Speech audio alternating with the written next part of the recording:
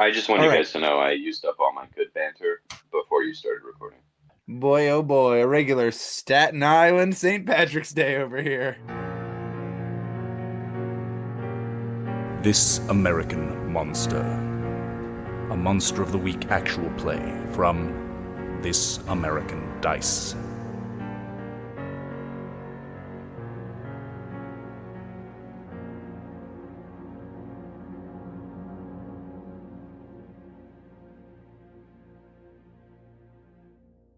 So this is the actually opening scene of the show, like the very first thing that the audience sees, and they see a fit man.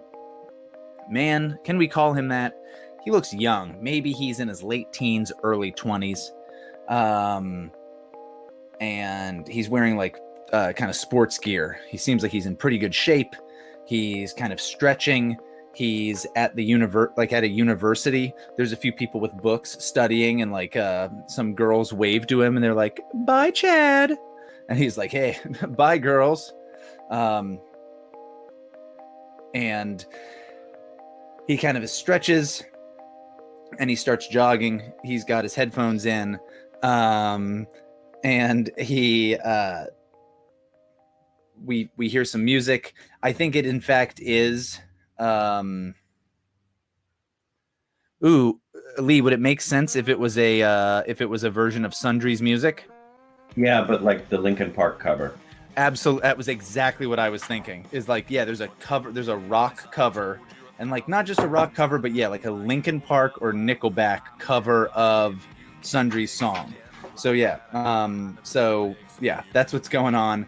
And he's like listening to this, and he's kind of nodding his head as he's jogging, and we see him jog off campus, and we kind of see him jog down some city streets, and then we see a lot more trees around, and we see a lot more kind of open stuff. And this guy's been jogging for a while. He's very fit. Everything's kind of looking good for this guy. His shirt very clearly says, has in big letters, UWCF. And then we see like another shot of him, and the camera changes where it's very shaky, and we see it kind of through like bushes, and it's kind of following him, and this guy's jogging, and we see another shot of him, and he's super into this song, and he stops to kind of catch his breath for a minute, and he stops. He does a few jumping jacks to be like, I can't let the heart rate go down. And goes to turn back and go the other way. And he turns back, and he just is shocked. And we see the shaky camera scene again. And he screams like, ah, ah! And then the camera just leaps out.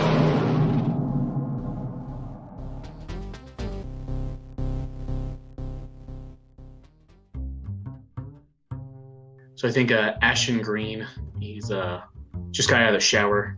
He's his bathroom mirror is all foggy and stuff, and he's like brushing his hair and stuff, and he's shaving all the way the opposite of what I look like right now.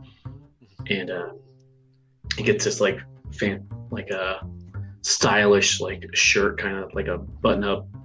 I don't know what kids wear, but like a pretty fancy thing. And he goes over. He's really happy.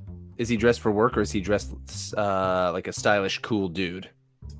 Like a stylish, cool dude. Gotcha. And he takes a lift. He's waiting outside, gets a lift. Someone picks him up, and he's like looking in his phone, and it's nighttime, so he's illuminated by this phone. He's like really excited. And then he's at this fancy restaurant. It's fancy because there's a little vase with a single flower in it. And he's like waiting, and the server comes over. He's like all like in a tuxedo basically, and it's a few like time passes, and the waiter's still there, and he's got like a we see the little basket of bread is now like empty, and exactly. he's drank all his water or whatever.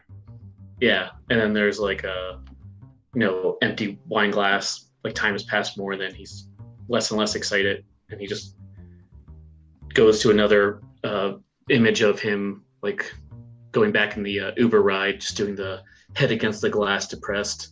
And he goes in and just all of his clothes, like he's just got like the undershirt left on, and he's just logging into Dark Blade's website.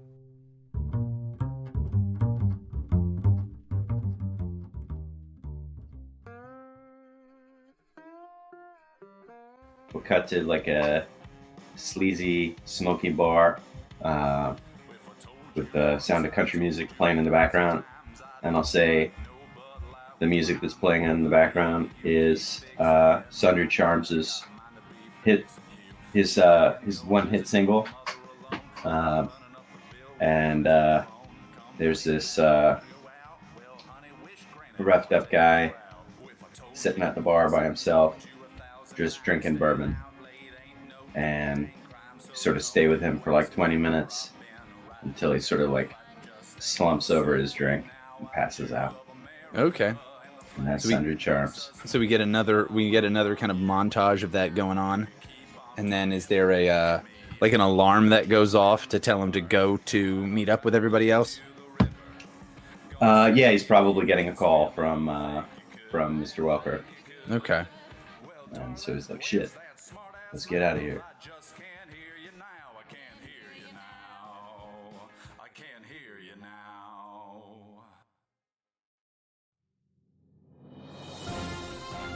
So it's the evening news, and popular commentator Shane is interviewing Darkblade 69, and he says, And now, with the latest on the earthquake in Chile, we have Darkblade 69 from Reddit. Camera pans over. He's this suave-looking man. He's like in great shape, very sexy, dark and mysterious, and he's like, Isn't it terrible that all of these poor coal miners are trapped in this mine after this earthquake? Darkblade 69 says, it's all part of the Illuminati's plot to force clean solar energy down our throats, Shane. What do you mean? And then there's just this applause.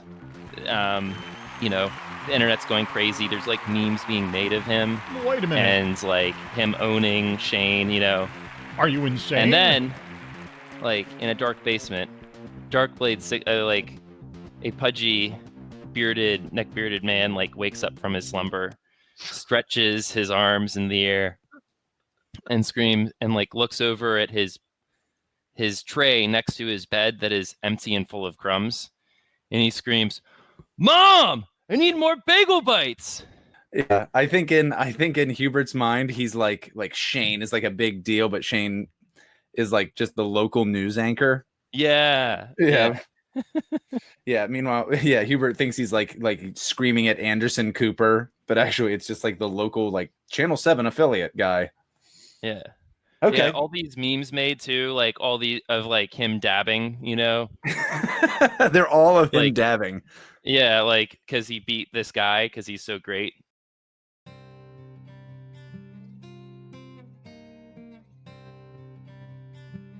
Yeah, you see like the front door of my residence, which is this nice like 2-story sort of white picket fence cottage in the suburbs, and it's an armed guard flanked by 2 associates in suits on each side of him. He comes up to the door in sunglasses and he knocks, and like the door opens slowly and there's nobody there, but then he looks down and it's this 13-year-old girl named Tara, and she's like she rolls her eyes. He's like, "Dad, people from work again." And so Mr. Welker comes downstairs and he says, "Now, Tara, what did I tell you about answering the door without mommy and daddy's permission? It's a dangerous world out there sometimes." She's like, "Whatever, Dad." And she like goes off, and the agent's like, "Mr. Welker, it's against protocol. You knew we were coming. Only you. This is a your eyes only package." Mr. Welker says, "Oh, so sorry.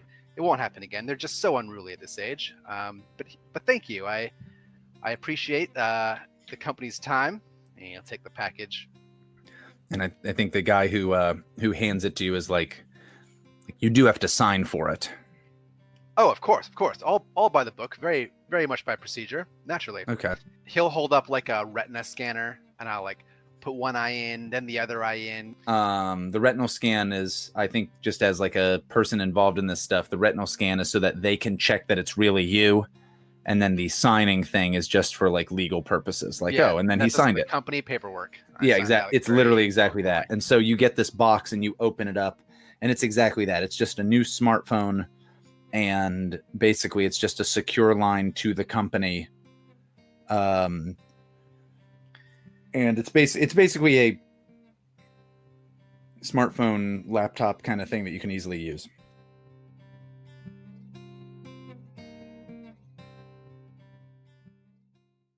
We'd have commercials. Then when we'd come back, we'd see a newscaster, and that newscaster is, of course, Shane Meridew.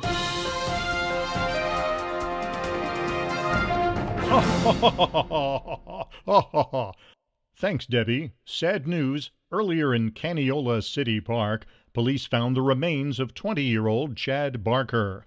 Barker was a student at the University of West Central Florida studying business. Reports suggest he was attacked by a large animal, perhaps a coyote, or a large dog that has gone feral. But unfortunately for Chad Barker's parents, this will be their last homecoming.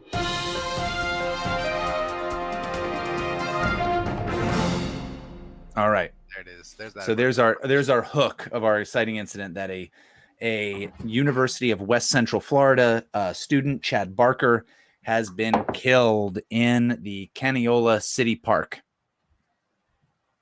So we then meet all of the characters together, all of our PCs together, and of course you guys are where? I'm going to go ahead and say at the Pancake House, based on what Carl had said in our previous. So Yeah. Pancake International House of Pain. International House of Pancakes, yeah. All right. So we hear some kind of generic music in the background.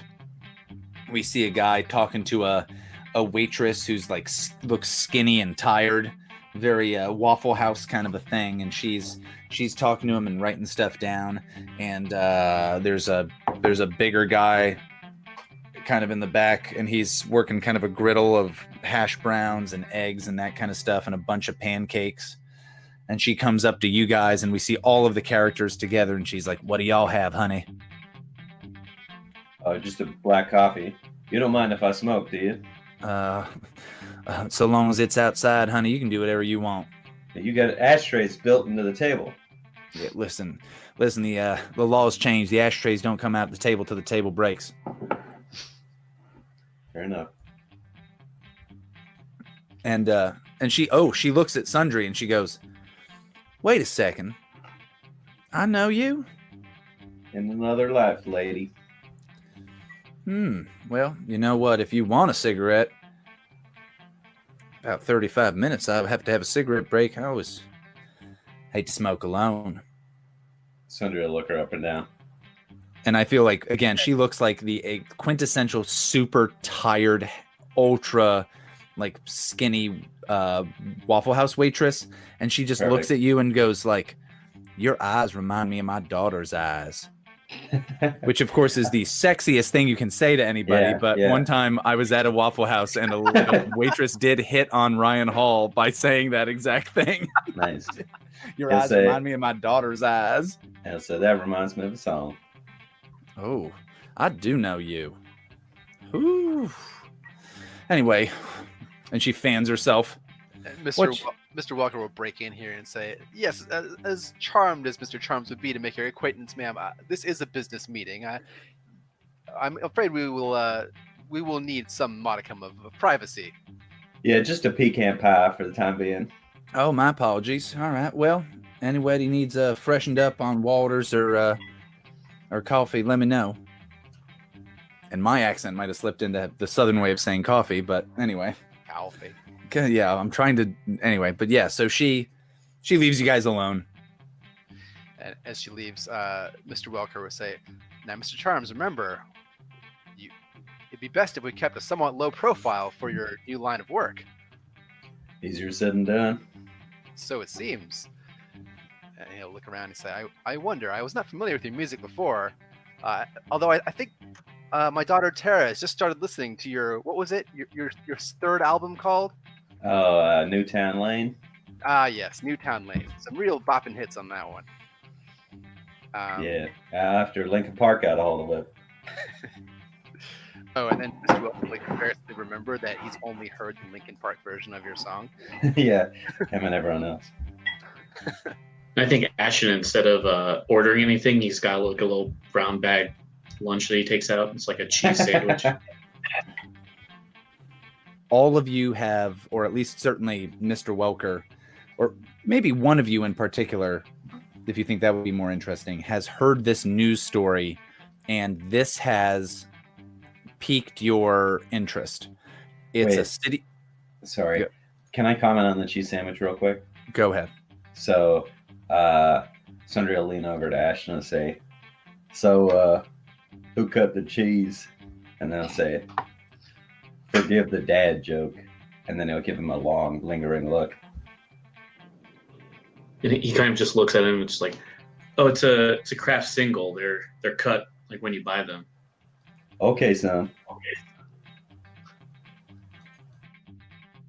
Well, there we go. And he just slowly takes a bite. Yeah. That's character development, baby. Yeah, I'm gonna change my highlighted thing. I thought this is where Alex would be like, "Oh, you're single too." But yeah. Okay. Well, again, grip it and rip it, baby. This is where, again, you guys have heard of this. At least one of you, if not all of you, have already heard this news story, and it's raised a red flag in your minds as you are now all like, "Oh yeah, monsters might really be a thing. I mean, we saw a gill man, and we took its eggs and we gave it to the Lore Corporation." So, y'all see that news story? Reminds me of that gill man. oh, there we go. So, You know what I'm saying? What's the pretext for this meeting? Like, do we meet every week? Did I get like word that this was like our new mission? So I'm court ordered to meet with Mr. Welker here. Oh, he's your like sponsor. He's more than my sponsor. He's my friend. There, nice. So that's why we can't have a romantic relationship together no more.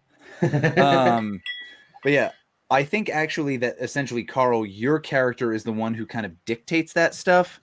Okay, I imagine that the company has kind of given you reign to be like, keep this kind of shit on your radar. Like if there's things that are suspicious, look into them, and hopefully if you find something that would be supernatural or paranormal or the cryptozoological, get into it. And if it's some kind of creature or some kind of object or artifact or whatever, get it to us. Got it. All right. So then Mr. Welker will address the team. Says, "All right, team. I'm sure you've all heard the news of the unexplained, potentially dog," and he rolls his eyes, "attack in the park. Given the recent uptick in paranatural activity, I think it's prudent to say that this could be right up our alley. And as you'll remember, I was clued into the existence of the Gill Man in a similar fashion, with the unexplained gash marks in water adjacent areas." Now, Mr. Welker, you remind me who you work for again? We, Mr. Charms, work for LoreCorp. LoreCorp, like the Band-Aid manufacturer? Not like the Band-Aid man, although, come to think of it, they have diversified a great deal in recent years. Yeah. And we see in the background on a TV that's like, "Ouch, mommy, I got a boo-boo." And the mom's like, "Here you go, baby. Now with 50% less sticky adhesive, but 50% stronger adhesive. Ouchless bandages." And you're like, you look at that and you know, oh yeah, that's a Lore Corporation subsidiary. Yeah, my wife and I used to put those Band-Aids on our son. When you would beat him up? No, it's just like giving Ashton some side eyes. I'll say, yes, it's our preferred brand as well. LoreCorp Before we gave him up, really... before the troubles came. Oh yeah, those are pretty expensive. I just go to the dollar store. Well, there's Now- little LoreCorp can't do, and we are going to do our part to make sure they can do even more. But what? But how are those two things related? Well, you know, LoreCorp is dedicated to improving mankind across every possible field. We're Procter and Gamble plus supernatural protection. Just everything you can think of, LoreCorp's got it, and great benefits to boot. There's nothing not to like. It And now reminds you're me, one of us. Something Ronald Reagan used to say. He said, "There's nothing more troubling than the government showing up and saying, 'Hi, we're the government. We're here to help.'" That sort of sounds like LoreCorp. But now you are LoreCorp too, Mr. Charms. Well, fuck. I'm sure you will find it's not nearly that unpalatable. We are going to do good work for good people. Well, I'll tell you what, Mr. Welker.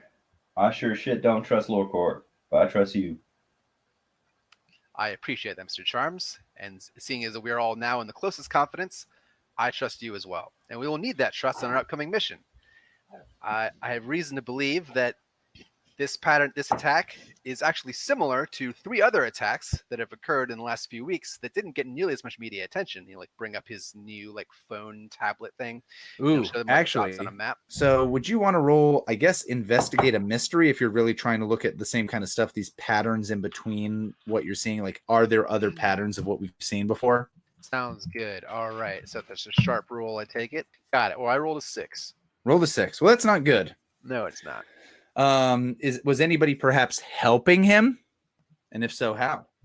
Well, let me rephrase this. Carl, what was your game plan for how you were investigating this and looking into this stuff? I assume you heard this story earlier. So I was briefed on a potential thing. So I heard it on the news like everybody else, and then I was sort of given extra information by LoreCorp saying we think this could be something you should look into. Now I did my own research and I found there's been these other cases of people in maybe in the same park, but with different Animal attacks, like different kinds of animals are attacking them. like different sort of attack patterns. Like a but they weren't mongoose, reported snake, on. maybe. Okay.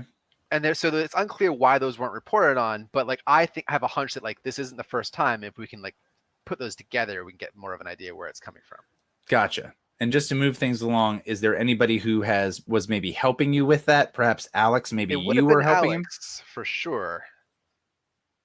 Or rather, Mr. Blade. him? Yeah, Dark Blade 69. Maybe you were helping Mr. Welker with that situation? Helps. You mean, did all the work? Yes, your expertise was invaluable, Mr. Blade.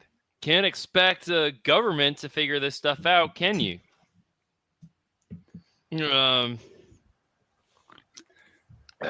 Especially when it's obviously easy and really obvious and easy. All right. So, Darkblade 69, go ahead and roll either plus cool or plus sharp. We'll just have you basically help out, but with whatever is your preferred stat.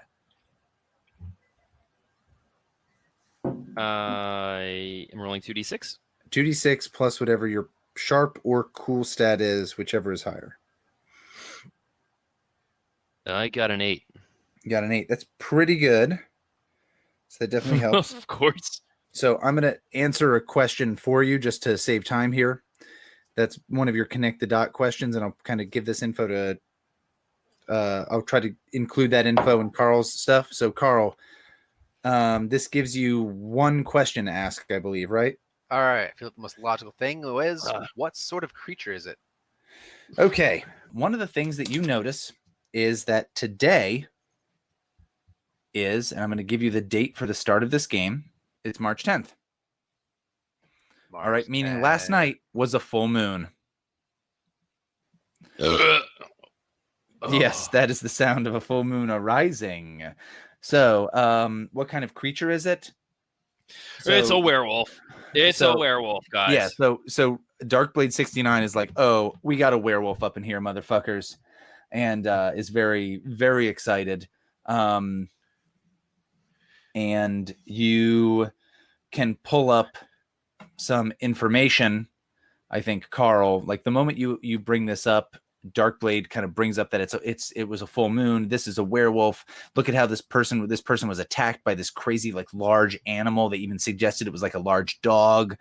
But then Carl, Mr. Welker goes back through some other reports, and while they weren't reported on in the news, there are some police reports that suggest previous animal mutilations out in the countryside that don't fall on a full moon, including one that happened just on March 2nd. Yeah, so you guys know there was an attack in the city park, the Canayola City Park, and which is near the University of West Central Florida. And Carl, you can actually tell where some of these reports about like animal mutilations were. They were from the nearby township or town of Driefield, which is kind of like a more country town of like this county that's like unincorporated. All right. So Mr. Welker will. So yeah, what's our game plan here? So because I think we wouldn't necessarily sit on the TV show and be like, you go here, you go here, you go here. We would instead just all split up and go to those places. Or if you're just going to one place, we just be there with everybody. All right. Well, the first thing that comes to mind is we could have one of us sent to each of these sites, but some of them are quite cold by now. Let's not split up. I don't do well alone. Okay, so... Well, at the moment, I will say you really only have two sites, and that's Canayola City Park and out in Driefield. Maybe we should check out the morgue, see if there have been any more victims. All right, how about while the site is still at least warm, we could go to the park and see if there's anything we can find out about the surrounding area. Or we could go to the public library and Google this. The government is perfectly competent, but LoreCorp has talents and technology and expertise that maybe could pick us something they didn't. A lot of learning in books, though. That's true, Mr. Charms. I'm sure Mr. Blade has learned plenty, and his expertise will be invaluable. Mr. Welker, he like raises his hand. Yes, of course, Mr. Greene. Oh, I don't know if this would be really helpful or not, but if you want, I could go to WUCF. Maybe I could talk to some of Chad Baker, right? Chad's friends. Chad Baker, yeah. Yeah, because I like kind of go there technically. Oh, yeah? I'm getting college credit at least, but Oh, well, that'd be invaluable. Good for you, son. You could sort of beat the ground, I believe the term is. See what comes up. Do you want? Yeah, I can beat anything you want. I could go with him. That'd be perfect. It'd be a chance for you two to bond professionally. Yeah. Man to man. Yes, and like this starry-eyed, loving look in Mr. Welker's eyes. That would be beautiful. All right. So those two are maybe going to go to UWCF. All right, and I'll say, Mr. Blade, come with me. We'll be going to the park. I hope you have your thinking cap on this morning.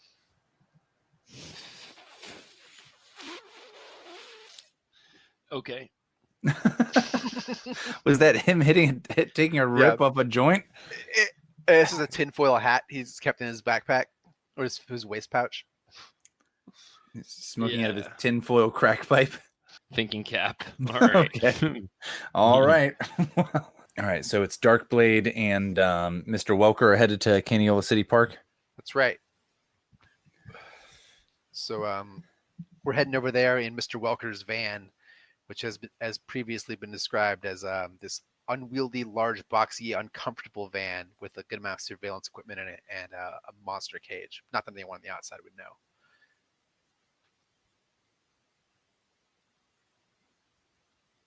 All right, so you guys get to this city park, and it's a pretty big city park. It's obviously not like a massive like Central Park kind of situation for sure, but it's pretty big. It has like kind of a like an arboretum gardeny area that includes not just like a small little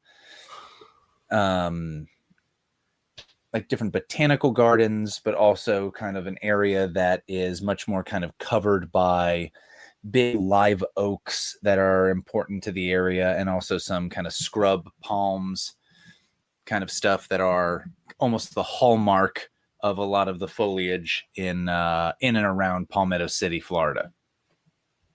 So Caniola Park is, like I said, pretty big. I'm going to go ahead and throw out that it's like 10 acres.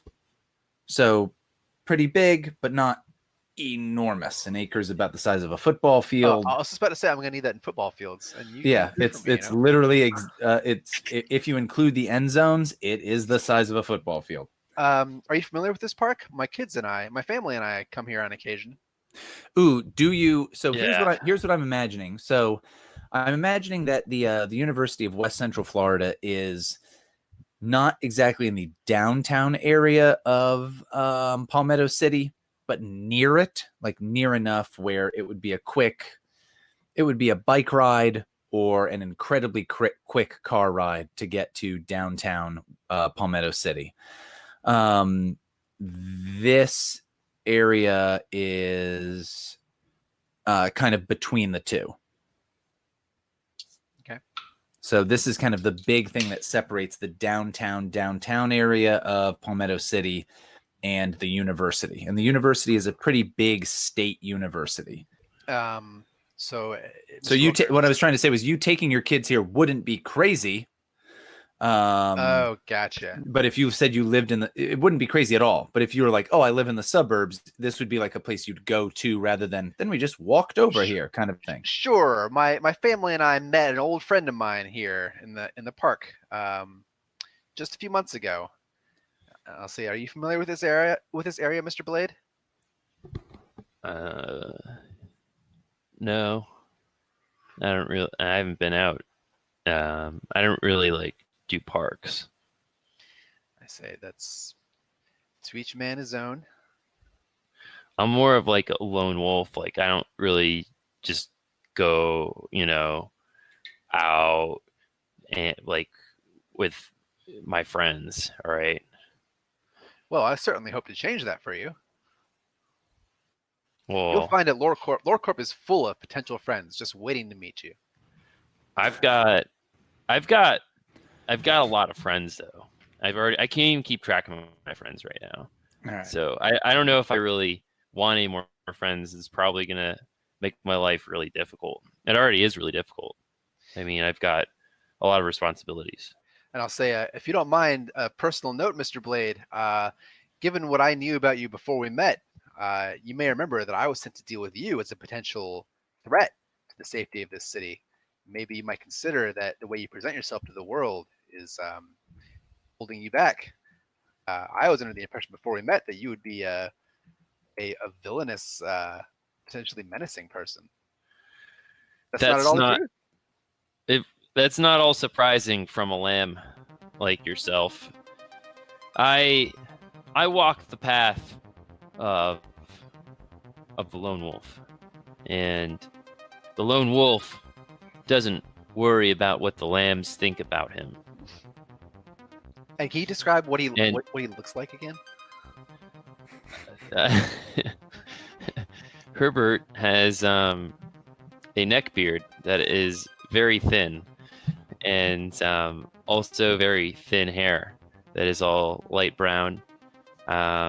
He has a double chin that puckers out in front of his neck beard, and he has very oily, greasy hair, thin eyebrows, and mousy eyes. Okay. All right. So yeah, and that's pretty different, especially compared to Mr. Welker, who, when we see him, and we should have had everybody describe their character a little bit better initially. That's different from Mr. Welker, because Mr. Welker, how would you describe him, Carl? Oh, he's a very straight-laced, fresh-faced looking man with glasses and like well manicured hair. He wears tailored suits, not like super expensive suits, but clearly they're like business formal type stuff. And he does when he goes out on missions, he tends to like armor over it, but he's still under it, always dressed like very professionally, like if you had like business formal for your office wear type thing. Gotcha. Okay. So you guys drive around the park, the Caniola City Park, in this van, and it's not hard to find the area where there is like a bunch of police tape and even like a few cops still hanging around, and a bunch of them are a bunch of the cops that are kind of hanging around are maybe like leaning against their cars at this point, and either like a few maybe smoking cigarettes, or a few are maybe just drinking coffee, kind of hanging around and chatting. So you guys know where the area to look into is, because this park again is pretty big. This is the area where this happened. Okay, so That's obvious to anybody who heard the news story. Sure. So Mr. Welker with Mr. Blade in tow will walk right up to the cops hanging out by the car, and he'll turn to one, introduce himself, say, Miss Mason, we meet again. I'm sure you'll remember. And when you say that, there's like a lady with a cigarette, and she like throws it out and like steps on it and is like, oh hey, and trying to like hold it in and not breathe out a big plume of smoke as she's talking to you, and she's like, oh hey there, It's hot, and she just has to give up and be like, ugh. And yeah, she just breathes out the smoke. I didn't mean to interrupt. And the other guy just doesn't stop eating like he's eating like an egg McMuffin. Say it's fairly early in the morning. He keeps going to town on that son of a bitch. And he but yeah, Miss Mason. Now I got one of these beat cops, Miss Mason. Palmetto City police officer, Miss Mason. So she's like, oh, hey, Chase. Mr. Welker, but yes. Yeah. Oh, hey. Anyway, this area's closed off. Are y'all okay? Oh yeah, we're quite well. This is my colleague, Mr. Blade.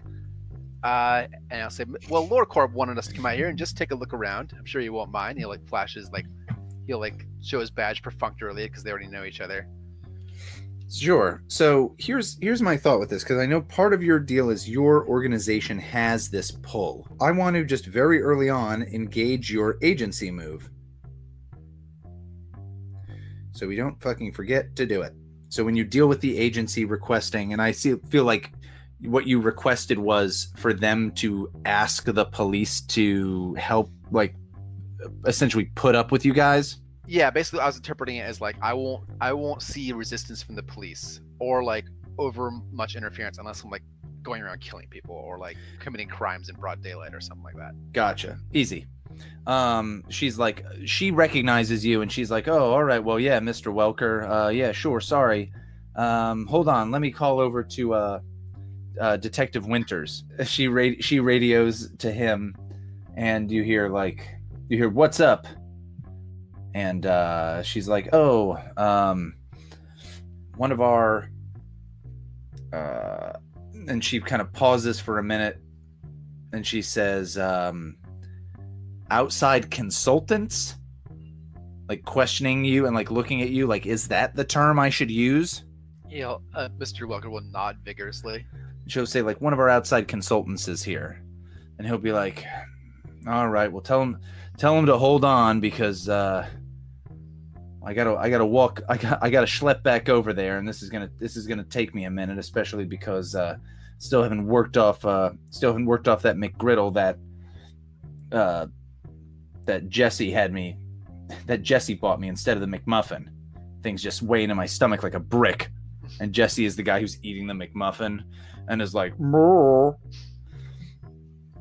And a man comes up, and He is a man in his like mid to late 40s.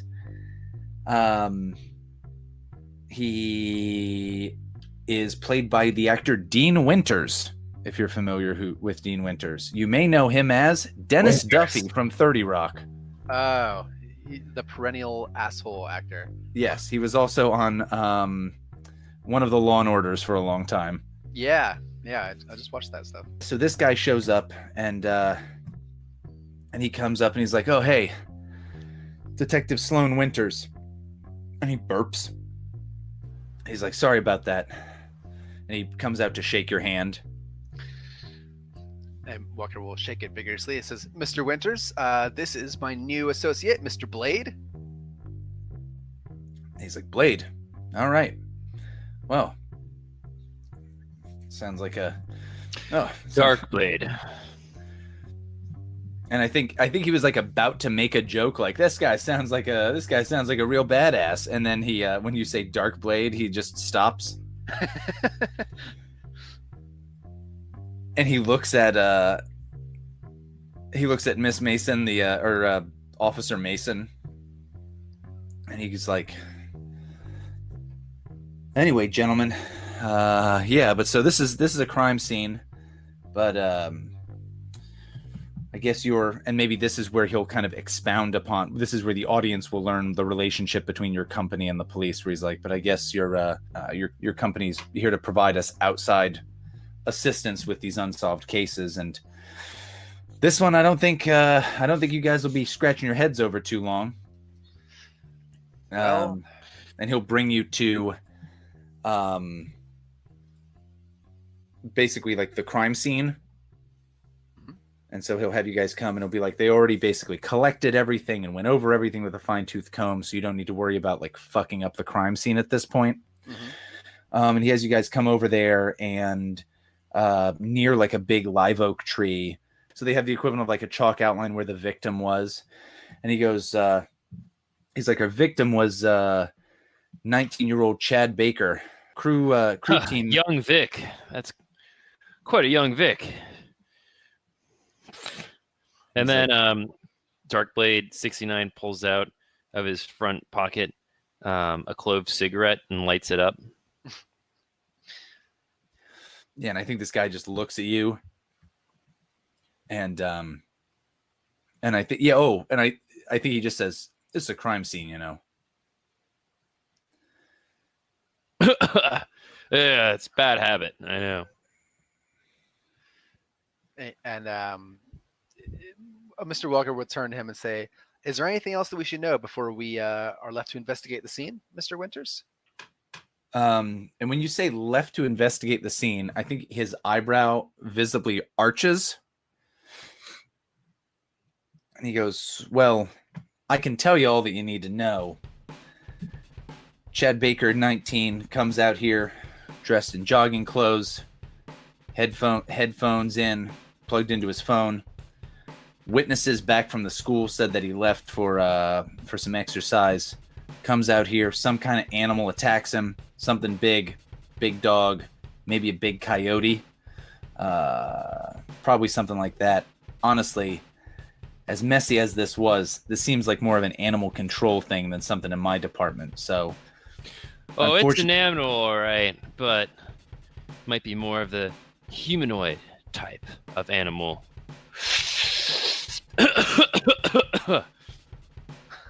How old does Herbert look? Could have been a person. I mean, because people are animals too. How old does Herbert look?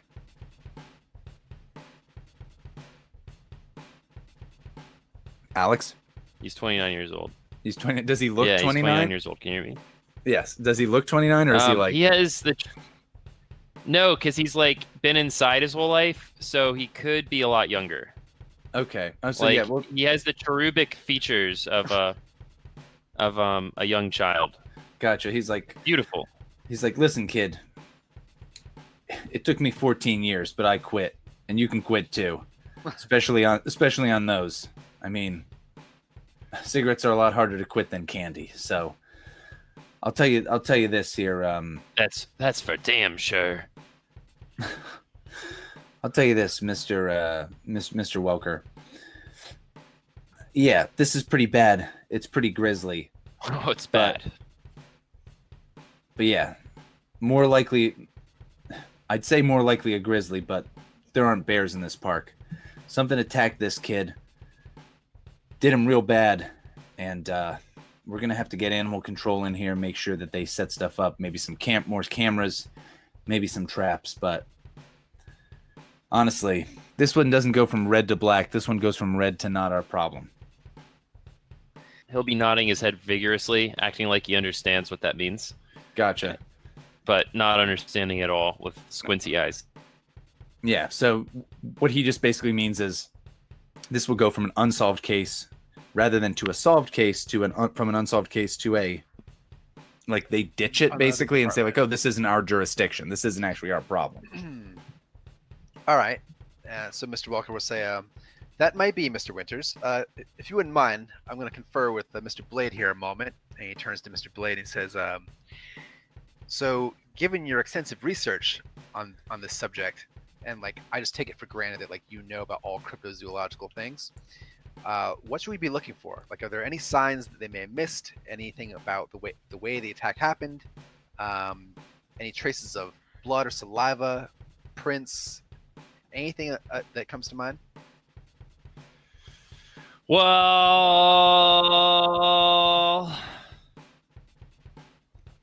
I think it's pretty clear.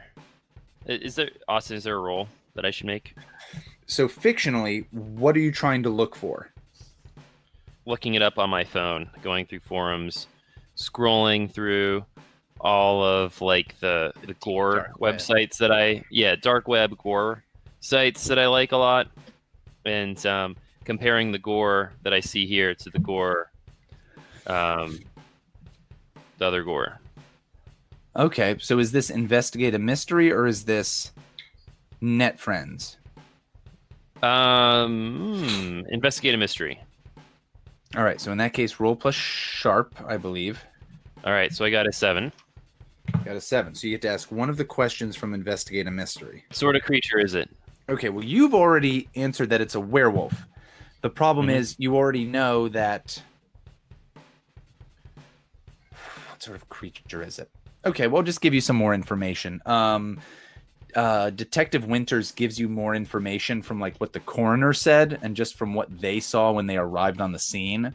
And one of the things that they said was that like the animal that attacked this kid, it ripped him apart and his heart was eaten. And so, Right. and he It's a specifies eaten. And that's why he's like, this isn't. It's this a isn't hungry perp. werewolf. He'll specify this isn't a perp.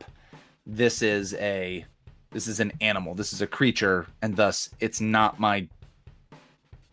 This isn't for us. We're just keeping this scene safe, so every T can be crossed and I can be dotted, and then animal control gets their asses in gear. Yeah. It's a hungry werewolf, guys. And I it's think not a werewolf, it's a werewoman. I think you can tell because all the victims are men, just like the real world. Werewolves have male and female were peoples, and the female ones bring their major life part of their life cycle is to bring as much misery as possible to human males, and that's why she ate the heart. And I think Detective Winters kind of says, well, with the exception of all that werewolf stuff, sounds like he's describing my ex-wife. This guy gets it. And I'll say, well done, Mr. Blade. In that case, is there any behaviors that a hungry werewolf or a sated werewolf would engage in, like where they could go to ground? Are they hiding anywhere in particular? Would there be like a good spot for them? I think if you guys keep having this conversation, are you having this conversation around Detective Winters? I wanted it to be like as an aside, but if he's in the conversation, then bug it. No, if you pull one another aside, that's fine. I was gonna have him react if you weren't, but yeah. No, I know how crazy this sounds. Oh, very much. What sounds crazy? What are you having a hard time with right now? So I'll say, Mr. Blade, where do you think we should look next? If this was a hungry werewolf, where might something like that go to ground? Oh, it's hungry. But surely not anymore. And he'll like gesture to like the crime scene and say, is a heart sufficient to sate one of these creatures? One heart's never sufficient to sate one of these werewomen. They won't stop until she has she wants to have a shared bank account. Okay, it's not just the meat and the food they're looking for, it's also financial support, because they can't werewomen have really terrible credit. All of them do, and they're also really bad drivers, so they need their help getting around town. So it's probably found another victim right now and has seduced him into thinking that he's going to have children and a happy life with it. So I feel like as this shot is going on, the camera is slowly zooming into Mr. Welker's eyes, who's suddenly realizing that like half of his job with Mr. Blade will be like parsing out what is like cryptozoological knowledge and what is just like his like horrible biases. Yeah. And he says, okay, so that being the case, Mr. Blade, where do you think we should employ the considerable resources that you suddenly have at your discretion? Well, let's check the video cameras. But you guys are going to try to maybe look for nearby cameras to see if you can find people. 101 for the police, though. Yeah. I think if you talk to Sloan Winters, he'll tell you like again. He'll reiterate, we're not looking for a person. We're looking for an animal. All right, we didn't see any of these animals. Welker will turn back to Mr. Winters and say, all right, that being the case, we can still help with that. LoreCorp has expertise in a lot of different areas. So if this is a large animal we're looking for, and if there have been any previous attacks, maybe you could give us the details on what sort of animal you're looking at. And we can just take over from there. And he'll say like, we don't have. Does this seem like another move? Does this seem like this seems like manipulate someone. This move is used when you want someone to do something for you and they don't want to do it. I think this guy's like this is animal control stuff. Basically like this is their deal. They'll handle this. And I think Detective Winters is kind of trying to tell you like this isn't worth your time or his time. And if you want him to get into this more and get into more of the specifics, he can help you. But you're going to have to maybe manipulate him. Okay, so I'll say, listen, if you just give us any sort of, like, any lab work done on, like, the DNA or the blood work of the victim from the animal that did this, we can get out of your hair. And I can roll charm if that's what you're looking for. Absolutely.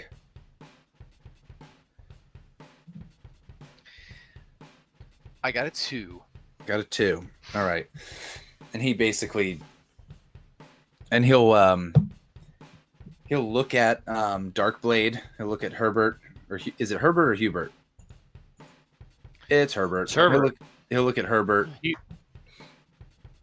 and he'll look at him coughing on the clove cigarette, and he'll kind of pull you aside and just say, like. I don't know about the private field, but in my line, there's too many things to look into. When you know that something isn't your problem, you let it go. Honestly, this is some kind of big dog. This poor kid got ripped up. I hate to say it, but you keep looking into this. The only thing you're doing is burning through your time and that company money. I hope they give you a good per diem, huh? And he kind of hits you on the shoulder, and I think he goes. Okay. Yeah. And Mr. Welker would be like, ooh, and he like kind of recoil at the idea of wasting company money. We join Sundry Charms and Ashton Greene at the campus of the University of West Central Florida. The University of West Central Florida, it's fairly big, it's sprawling, it's made of a lot of kind of like terracotta-esque colors and glass. And we see lots of attractive young people who are doing cool college stuff. There's people playing Frisbee. There's a guy in a poncho playing the guitar. There's a little protest going on where they're like, stop animal abuse. They're like, that's what's going on. It's something very general, so as not to offend any kind of sponsors in any capacity. No, it's dog fighting or something. Oh yeah, Yeah. exactly. It's something that no sponsor is like in favor of. They're like, stop dog fighting. So then we get to you guys, and where do we see you guys pull up in this campus as our first shot? Maybe we do. Yeah, and does Sundry Charms have a car or something? How the fuck did you guys get here? Yeah, we took Sundry's ride, which is a pimped out Ford truck, and it's got a Hemi. Nice. All right, so you got an awesome truck. Yeah. You showed up. Maybe if you got that as your gear, Leigh, go ahead and note that down in that sheet if you get a chance. All right. Okay, so Maybe you we guys pull up in front of the student union or the quad. Nice. You guys pull up to the quad. And yeah, there's a few guys out there playing hacky sack. There's that guy playing the guitar. Off in the distance, there's that anti-dog fighting protest against whom they're protesting is a mystery. They're just not into dog fighting. So Sundry will lean over to Ashton and be like, son, back in my day, I went to UCF, and I thought a diploma from UWCF weren't worth the paper was printed on. You know what we used to say about a kid who went to this school? We said, you want to know the difference between a bucket of shit and a UCWF student? What? What would you say? Well, the bucket.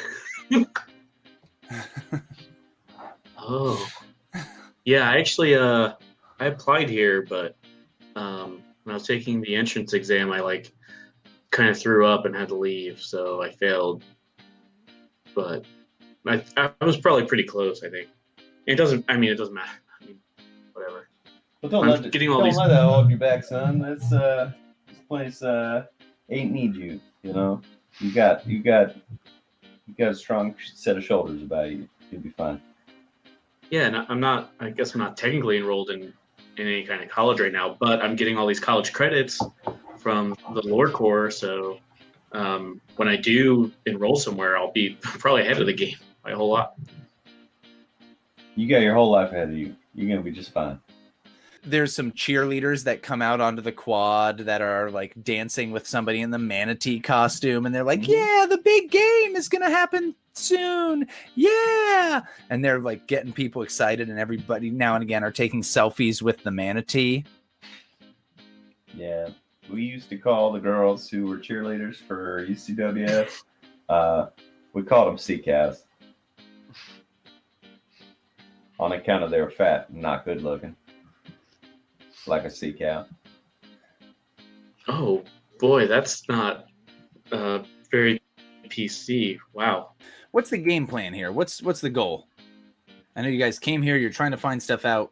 What are we trying to figure out by coming to this university? You do know Chad Barker, the victim, was a student here at the University of West Central Florida. But what else is the game plan here? Tell you what. Austin, don't even worry about it, because I've got this move. called Oops.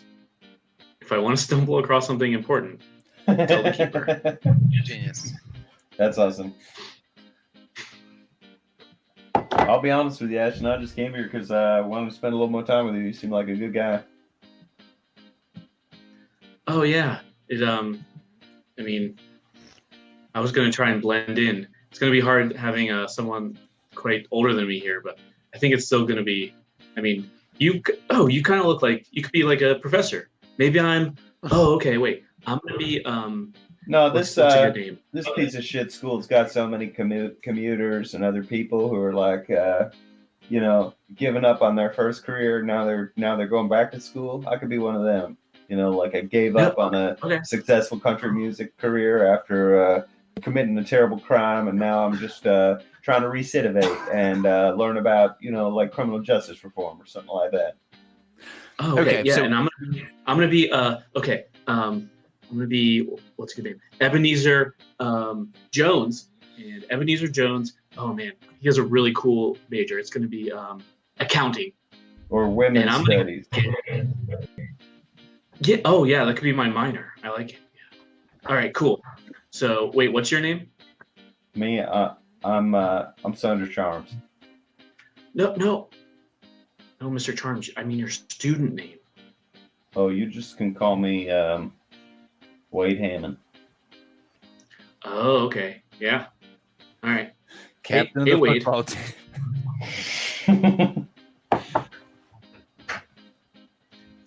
All right, so with Oops, you stumble onto something. One of the things that you kind of stumble onto that you had not been aware of, and you're like, oh, I was getting credits here at some point. Maybe I should have been aware of this, or if you hadn't been getting credits here, you're like, oh, maybe this is the kind of reason why I'm not aware of this kind of stuff. And the fact that I'm not getting credits is the semester only started fairly recently. They had taken a break. Maybe this university works on that weird like where they almost have like a January or February short semester. And so then in March, it's when their second real semester really starts. And so essentially people just got back from spring break and school had really just started, and you're wondering how that changed stuff up nearby, given that there would be this whole slew of new people near, like, around. So that's something that old Ashton Greene realizes. Well, you mean Abe Jones right now. Yeah, Abe Jones realizes that. That just a lot of new people are here? It's essentially you didn't realize this before, but now you're figuring it out and you're looking at stuff and it's like meet and greet, such and such, new information. Like there's a lot of stuff that's geared towards new students, and you're like, oh, this is a new semester, and there are probably folks who only just started here, and so there's a batch of new people that came, and also the campus had theoretically been pseudo closed for a little while before this. Okay, great. So I think if not closed, then at least slowed down. Sure. So if you said, and we're by there's like cheerleaders or something. We're by like you guys are on the quad. Okay. You're in front of the student union. So maybe there's one of those like tours of new kids. Like going. Sure. Like the RA or whatever is one of those idiots is. Everybody follow me. All right, over here is our student union. It was built it was renovated just recently, but originally built in 1998. You know, this building itself. I think I wink like really hard at Sundry, otherwise known as Wade, and just walk into this group, and I'm like, oh, hey, Ebenezer Jones here, just a accounting student. I have a women's studies minor. Don't worry about me. Just on this tour, we signed up. This is my friend. He's older than me, but he's coming back, I think. Right? Right, Wade? Hey, y'all. I'm Sundry Charms. Go by Wade now. we're just two regular old students just looking around. You had some facts? Some Yeah, facts? just What trying to about those recidivate. those football team facts? There, chum. Got any of those? So what are you trying to find? Find out about this Chad guy. Y'all know anything about him? So you're trying to find out about Chad Barker? Yeah. Okay. So Sounded like a real football player to me. yeah, so go ahead and that's another investigative mystery. All right. So 2d6? Plus, yeah, 2d6 plus sharp. Total of 8. Total of 8. All right, so you get to ask one of those questions. Again, the questions are... I got it. Oh, you found it? Okay, good. One of them you said? Yeah, right? You get to ask investigative mystery. Yeah, 7 and 9, hold 1. Where did it go? Where did it go? Okay. Easy. You'll hear from a few people. I guess I'll give you some information about this. That jogging in the park is like a less popular thing to do. Only because like the school itself has its own like they have a gym with all this stuff and a big like indoor court and track and that kind of stuff. Oh, fancy treadmill, I see. Yeah, but there are some people who still do that. The only issue is since the school had essentially been not closed, but since classes hadn't been going on for about a week or two, things had gotten a lot quieter, and therefore there probably weren't as many people jogging in the city park or nearby generally because there just hadn't been as many students on campus. A new semester just began, and so new people would be here. So maybe our killer is an outsider.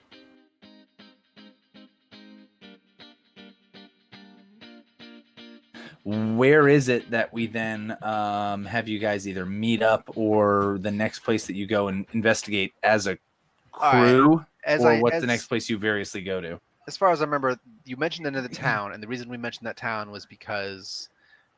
Why again? You had learned that there had been animal mutilations in the nearby township, or it's basically the unincorporated area within the same county of Dreefield. All right, I'm gonna get on the phone, the regular conventional human phone, and tell the other half of the team to just meet us there, or I'll come pick them up at the university in the van, and we'll all head over there and like sort of examine previous sites, because that's the only other lead I'm aware of right now. Sounds good. Does anybody have any massive problem with that? And it's the middle of the day right now, right? Yeah, Dreefield is about like a 45-minute drive away. Oh, perfect. We can play Sundry Charms cassettes. Yeah. CDs. Yeah. What is he, a caveman? Yeah.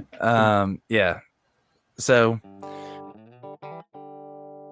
we see you guys kind of heading out, and you head away from the city. You kind of pass through, you get on the interstate. Quickly get out towards much more country stuff. You pass by some kind of planned communities that are off on the cusps of things, and then you get out into some real like rural territory. You got to take an exit to get onto a county road of this or that, and yeah, there you are in Dreefield. And if the reports that you had heard were correct, there were some police reports that came into the sheriff's station that talked about like animal mutilations, and there is indeed a nearby like it's not a sheriff's office, but it's like an outpost like out in this area for like the county sheriff. Great. Okay, I'll just kind of be able to lean on this small-time sheriff to just tell us everything about these cases. Bring the whole crew. All right, so you guys meet up. You come out there, and there's probably somebody who's like maybe a dispatcher, or maybe you even have to call. If it's like, if nobody's there, actually that's the deal. If nobody's there, it says call this number. And you get there and you call the phone number, and excuse me. There's a guy who's like, hello? Sheriff Brown.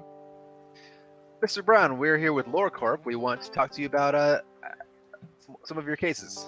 Oh, well, I mean, I'm out on patrol right now, but where are y'all? At your office. Oh, yeah, all right. Well, yeah, why don't y'all stay there? Is this an emergency? Oh, it's in the public interest that the It's about to be. The faster we go, the better, more safe the public will be. I'm sorry. There, I couldn't hear you. Is this an emergency? No, but we would like to speak to you as soon as possible.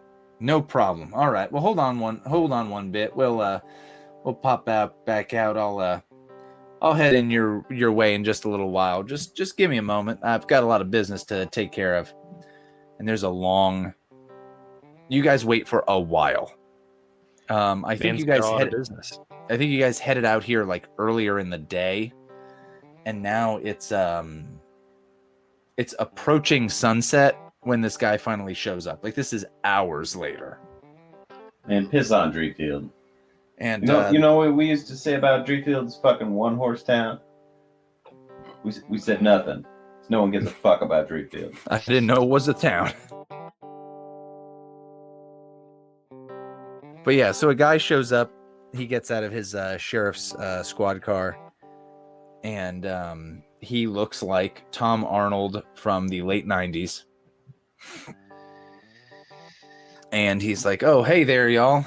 Sorry to keep you waiting. I was had a lot of business to deal with, a lot of things a lot of folks I had to talk to. Anyhow, why don't y'all come in?"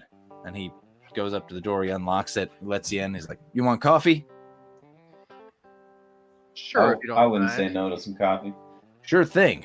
Here you go." And he's like, he takes the coffee and he kind of smells it, and he's like, and he kind of does the like, not too bad, and kind of pours it for everybody. And he's like, "You're probably gonna want a lot of this." And he passes over the like sugar. Or some of this, and I'll pour some whiskey out of a flask in the land. And he's like, "Well, I hope he's not driving. Am I right?"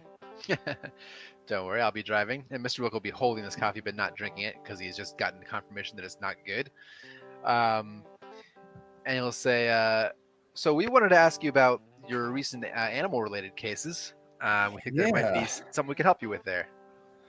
Right. I talked to the sheriff, and this guy. By the way, I thought you were the sheriff. This guy, by the way, I was just going to exactly get into that. There's a picture on the wall, and it is a picture of the actual sheriff. This guy is a sheriff's deputy, though everyone in town very clearly refers to him as Sheriff Brown. A lot of controversy in Driefield. Yeah. So schemes within schemes. Yeah, exactly. This game's about the internal politics of Driefield. Yeah, it's an 8-episode arc. The court. Yeah. This is a games of Driefield. Driefield of Thrones. Yeah. Y'all cousins, you fucking. He says, "Hold on," and the coffee pot bursts into flames, and he's totally nude in it. And he's like, "You guys want to fuck?" I don't know. Anyway, so yeah, this guy kind of turns to you, and after he's kind of poured himself a big cup of coffee and put an inordinate amount of sugar and like powdered creamer into it, is like, "Yeah, the sheriff gave me a call and said that there'd be some folks from the Lore Company looking into some stuff, and that I should give y'all a hand. Anyway, well, I gotta say, I don't know what I can help you with. Nothing. This is a quiet place.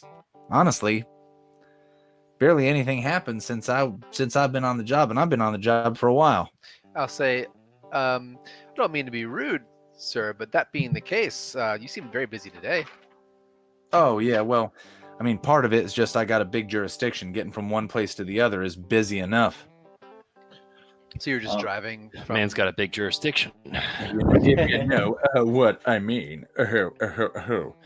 Hold on. Let me see. Is there like a read kind of move, like a read a person? Yeah, I would love to do that. Or manipulate Possible. someone. There's manipulate someone.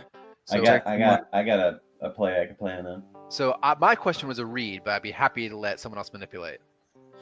There's No, not where's the specifically read a person. There's read a bad situation. Is it read a normal situation? There is not. So here's what I will Okay. say. You can read a bad situation because inherently you are looking into a murder or looking into a death that you think is supernatural. And we're a bunch of bad dudes. You're bad dudes and you think that there's something up with this guy. hombres. So inherently, almost any situation you're involved in is a bad situation. But Even what that my home opens life. up for all the time is if anybody misses, there's some tough shit. Oh, damn. All right. Want me to roll some sharp up in here? Yes. Boom. 11. 11. That's pretty damn good. So you get 3 questions. What's my best way in? What's my best way out? Are there any dangers we haven't noticed? What's the biggest threat? What's most vulnerable to me? And what's the best way to protect the victims? Oof. The Interesting victims are questions. dead. Yeah, what's the best way to protect the victims, Austin? What's the best way to protect the victims? Resurrect them. Okay, so I'll give you some more information with this stuff as you talk to this guy. And if you talk to him about these animal mutilations and when people have called him, there is a pattern. And you guys can spot this pattern. All right. There have been about 3 of these per month. Per month? For how Mhm. many months? Let me rephrase this. There have been not 3 of these. There have been a few of these. So sometimes, sorry. There've been a few of these each month for the last about year or so. So often, at minimum 1 per year, or 1 per year. At minimum 1 per month. At maximum 3 per month. But usually only 1, maybe 2. And it's farmers who have cattle that have been getting like mutilated, or farmers who have pigs, or somebody's pet gets killed, that kind of thing. All right. I'll ask. I'm just going to go through these.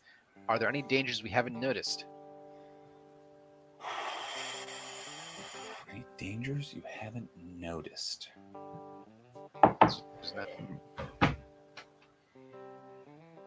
Up until now,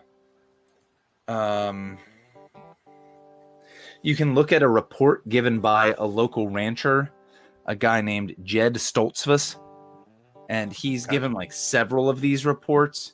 And one of the big things is it seems to have been from a large animal.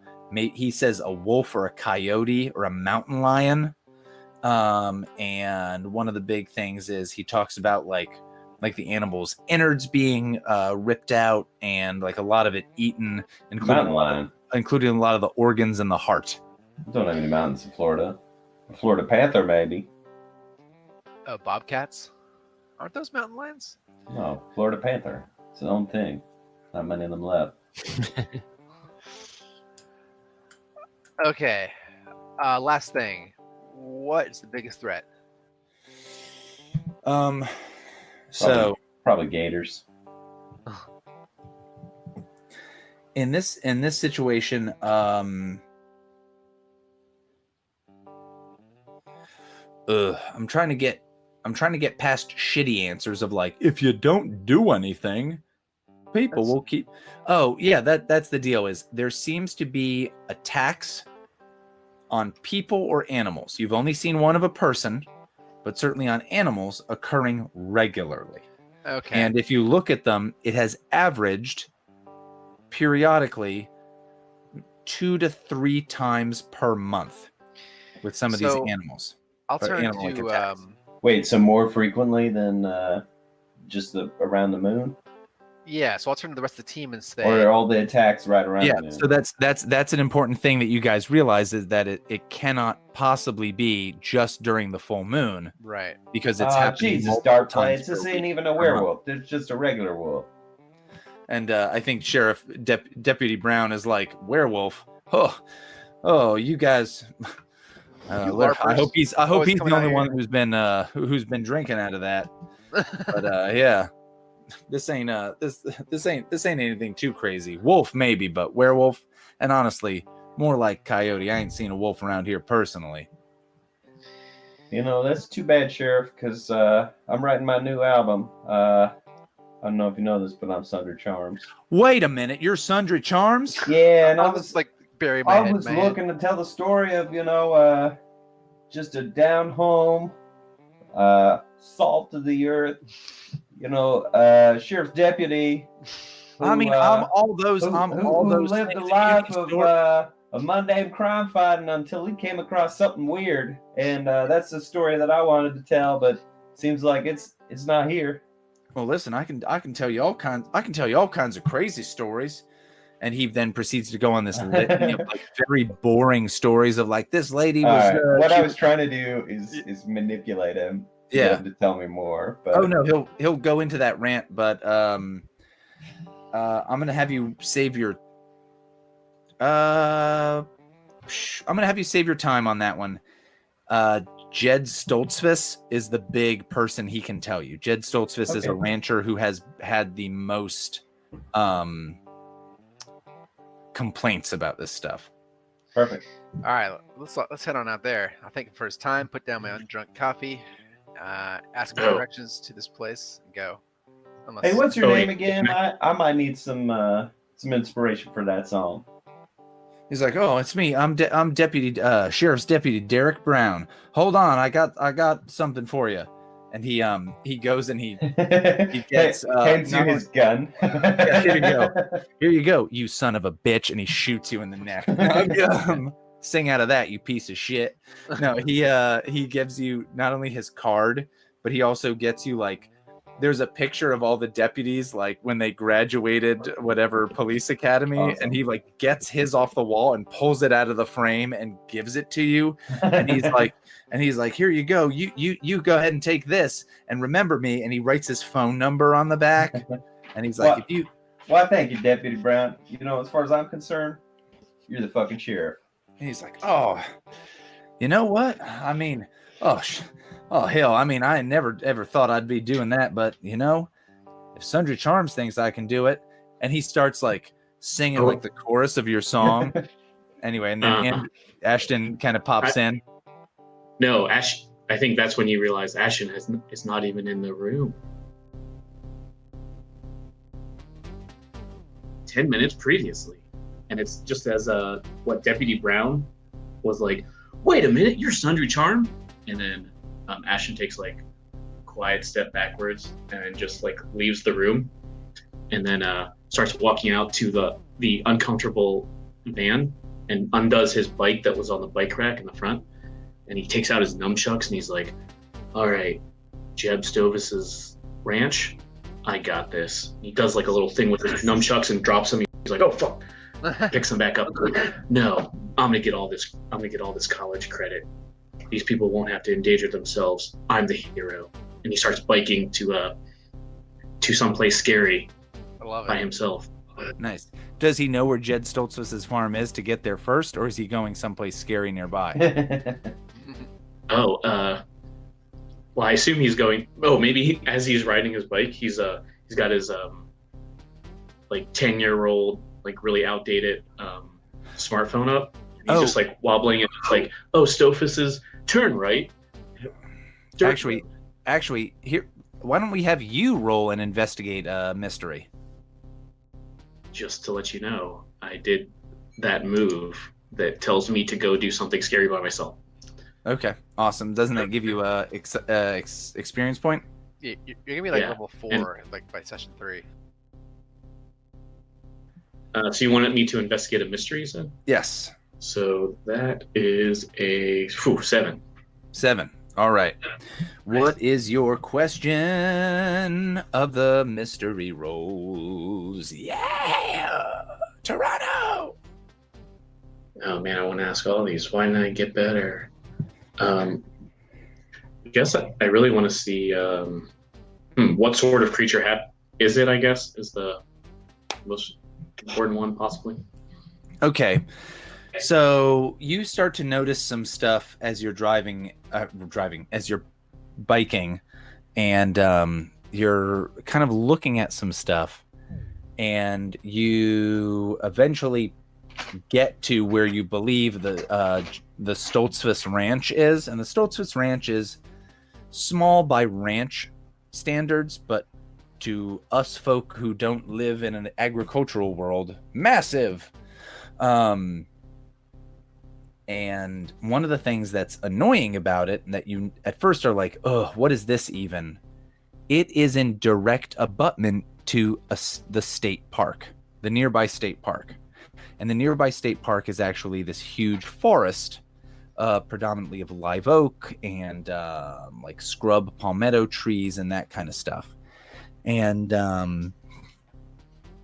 Jed Stoltzfus, like we said, is the one who had kind of put in most of this information. And what was your question again? Because I lost it. I want to make sure for sure I answer it. What kind of creature is it? What kind of creature is it? The idea of it being a wolf or a coyote doesn't quite make sense, because when you drive by, you see Jed Stoltzfus's cows, and a coyote, you're like, maybe that could kill one of these cows, but some of these son of a bitches are pretty big. That's kind of nuts. And as you get kind of farther along, you see that there is all over Jed Stoltzfus's ranch, like significant like barbed wire, to the point where an animal would have to like really be able to tunnel under this or leap over it. And so you're like, this couldn't possibly be a coyote based on what I know about coyotes, which is limited. But also, I don't think this could be a wolf, because a wolf is just a huge dog, and I don't think a huge dog could jump over these fences either. He like writes a little note. He's like, all right, possible were-mole or were-bunny. Yeah. Mm-hmm. Banicula or were-mole. I think the thing that kind of sticks into your head is you maybe remember growing up with a cat, and we're always impressed with how crazily high the cat could jump. And then you remember in the very beginning of the conversation, Sheriff's Deputy Derek Brown being like, I don't know, it's probably just a panther or something like that. And being like, wait a minute, this could maybe be some kind of cat-like animal. Bobcat. Yeah, some kind of bobcat or panther or mountain lion or something like that. Like, if it was a feline and could leap over this fence, that might make more sense to you. So you're fairly positive this creature has the feline jumping abilities, or perhaps mole-like burrowing abilities. Ashton is kind of on his phone. He's got some internet access. It would be, yeah, it's super spotty, but you've got it. Yeah, and he's on that site trying to look up like where Bobcat stuff, like if there's any entries or anything. That's what we see him doing as the scene leaves him, I think. And just not extinct. Yeah, just not even looking around at his surroundings, just in case anything decides to kidnap. Meanwhile, you guys with Deputy Brown, do you guys have any other questions for him? Because yeah, he's impressed with Sundry Charms. He gives Sundry Charms that picture, but he is like, oh yeah, it's probably just some big animal. It happens. I guess the only question I would have is, doesn't he think it's weird that nobody's caught an animal after this many months? Ooh, that's a good question. And he'll Go humdinger. Ooh. This game doesn't have a read a person type move, right, David? It doesn't look like it. Yeah, to be like see what this dude's fucking deal is. Maybe it's all just investigate a mystery. Maybe. So I'm gonna just go ahead and give you some information, at least for a minute, about this guy. I feel like there should be more roles though, so we can get dat XP. Yeah, because in investigate, I guess you could manipulate him. I already tried. Yeah, it's gonna be the closest thing to do, right? But yeah, if you've already done it. Yeah, but I think the deal here is pretty quickly after you talk to this guy for a bit. I don't want to deal with this character too much more, so I'll just tell you his spiel. Like, you guys are talking to him, and you tell me how you figure this out. This dude is lazy as fuck. Okay. The deal is this guy likes this job because he essentially is the only sheriff's deputy in this area where nothing happens. And so his job is like, oh, drive around, get coffee, hang out with these people, chat, and that's just be in this area where nothing occurs generally. And he doesn't want that to change. All right. How do you figure that out?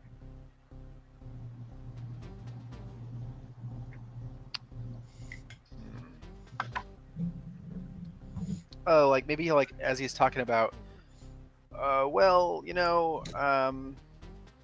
I was just at home watching some TV earlier when I. This is the deputy says this? Yeah. He said something like, "Oh, I was just watching TV earlier, and I paused my show to call my friend and ask like whether animal control had any new leads." And then I'm like, "Oh, wait a minute! You said you were like driving all over town. Nice. I thought you were just like hanging out at home all day." Well, I was just at home, and I paused the show I was watching. It was a Jeopardy, and I thought I knew the answer, but I didn't. And I called my friend after I heard you call, and I was trying to see if I knew any animal control stuff, to see if there's any leads. Yeah, so I'll be like, hearing that, Mr. Welker is like, well, thank you for your time. I don't think you can be of any use to us or possibly anyone. Goodbye. Well, all right. Well, yeah. The county's got some animal control folks, but honestly, folks around here, they know how to deal with animals. Old Jed Stoltzfus been dealing with this kind of thing for a while. It's old news. Ain't nothing new. It is Sometimes your duty to help the citizens deal with these exact things. I'll say, you wouldn't last a week at Loricor, sir. Good day. And I think this guy gets kind of like angry, and he's like, I'm a sheriff's deputy. I'm not the damn dog catcher. Anyway, Mr. Charms, thank you for coming by. I appreciate meeting you. I appreciate meeting you, Mr. See you later, Sheriff, and thank you for your service. He's like, thank you very much. And he's like, I love that tribute you did to the firemen and the troops. I wish the sheriff's deputies had been on there. I know you said police generally, but I wish we'd been included. I hope we were. Well, of course, and I only wish I could have done more. And next time. And he salutes you weirdly. Sundry will tip his non-existent hat. He nods to Herbert, and he's like, Mr. Blade.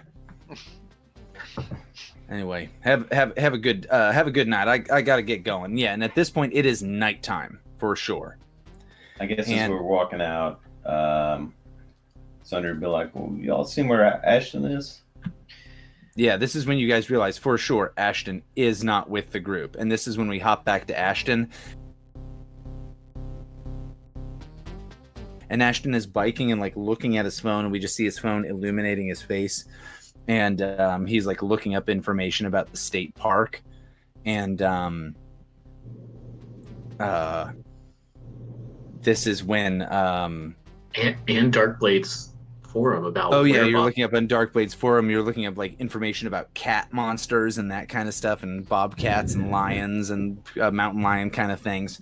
And it's just like the entry on Where Bobcats. It's Uh-huh. just the entry on Where Bobcats, and it says does not exist. And he's like, Right. damn, okay. Yeah. And as you're like, damn, it does not exist. And that's when we see a close up of a shotgun go, and you like stop and you fall off the bike, and you just hear like, hold it right there, you son of a bitch.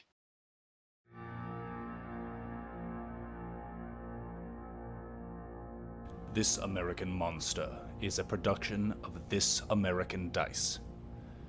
This American Monster uses the Monster of the Week system, a game published by Evil Hat Productions and by Michael Sands. Sundry Charms is Leigh. Chase Welker is Carl. Darkblade 69 is Alex. Ashton Greene is David. And your Game Master is Austin Smith. Our theme song is by Patrick Ross. It's called Sinlude.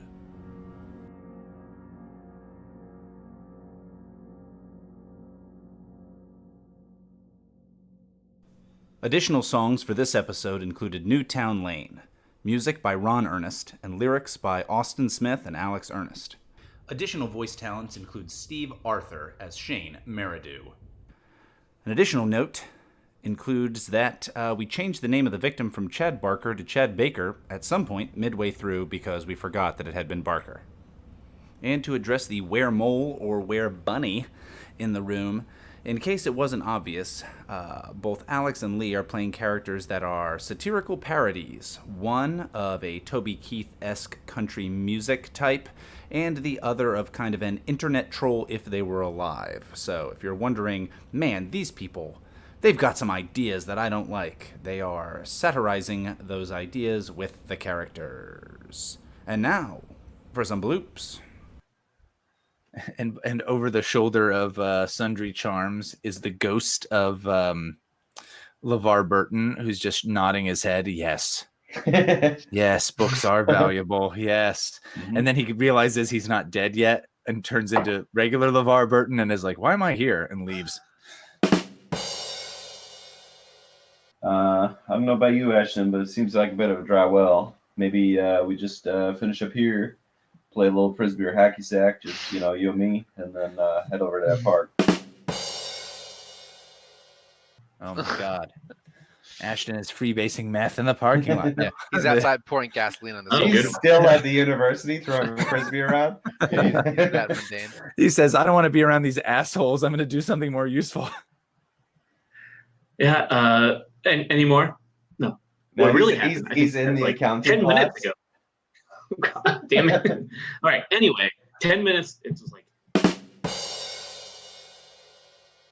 Well, and also, if a monster captures me, I get an experience too. Awesome. Nice. But That if a Just monster to let rips my shirt open and it exposes my pecs.